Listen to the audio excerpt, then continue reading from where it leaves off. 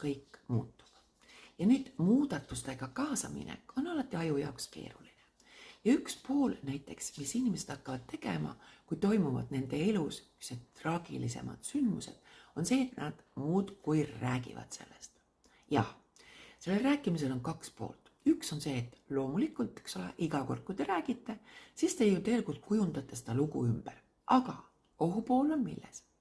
Ehk siis, kellele te räägite?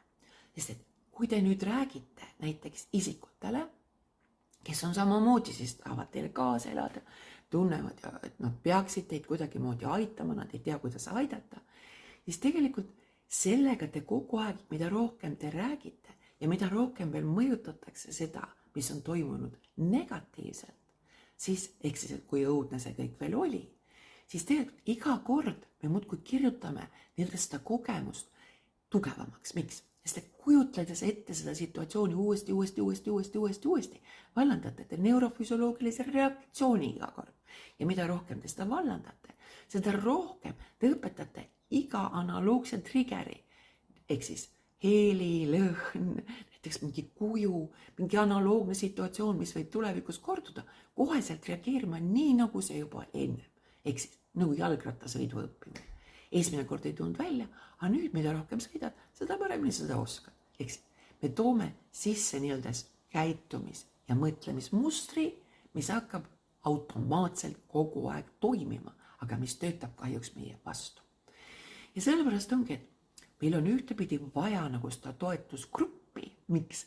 Sellepärast, et see annab meile näilise turvalisuse tunde, vähemalt näilise. Aga teine pool on just see, et see grupp peaks olema positiivne. Ühtepidi need jagatud kogemused, et te saate aru, et te ei ole ainukene, kellel elus midagi juhtub, on väga hea, aga teistpidi on just see, et pigem tuleb keskenduda ju edasiminekule, ehk siis mitte kinni olla seal minevikus, vaid minna edasi.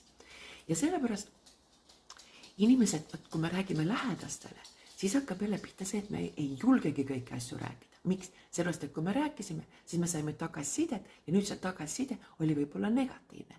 Ja võt sellepärast ongi väga hea, kui on grupp, kes on anonüümne nii-öelda, ehk siis, keda te ei tunne.